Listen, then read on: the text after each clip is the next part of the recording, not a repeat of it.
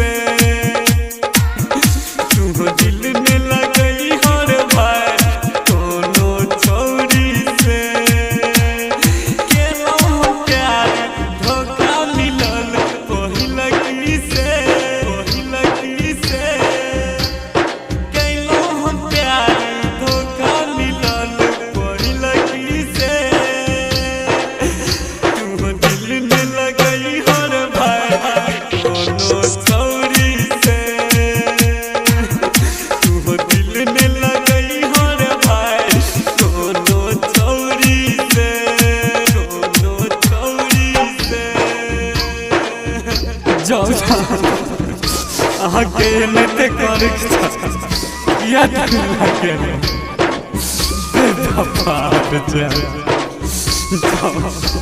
Mix by DJ Kanchan Raj Muzaffarpur. जील बचिन किया अकेला रे गम के देखम ना मेला रे सब छोड़िया सब दिल पर दकम दको चल जाए छै ससुरा रे जील बचिन किया अकेला रे गम के देखम ना मेला रे सब छोड़िया सब दिल पर दकम दको चल जाए छै ससुरा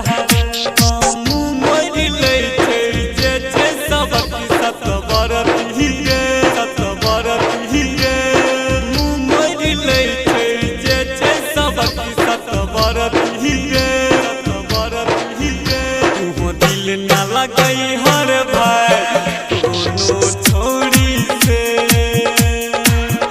तुम दिल न लगई हर भाई कोनो छोड़ी से अहाँ तो कहे चलो हम अहाँ से प्यार करै छी आई तो हमर नाम खुदा गेलो ये हमर जान। Mix by DJ Kanchan Raj Muzaffarpur. सुन के बदला डाल रे सब छैयते धोखे बाज रे कोनो छोड़िया से करी हो नहीं अब तू बब्बा प्यार रे सुन के बदला डाल रे सब छैयते धोखे बाज रे कोनो छोड़िया से करी हो नहीं अब तू बब्बा प्यार रे दूल्हा पर समिया प्यार में धोखा खेल कई रे हाँ दूल्हा पर समिया प्यार में धोखा खेल कई रे दिल में लगई हो रे भाई कोनो छोड़ी से दिल में लगई हो रे भाई कोनो छोड़ी से। शिवानी रिकॉर्डिंग स्टूडियो गौर गामा चौक।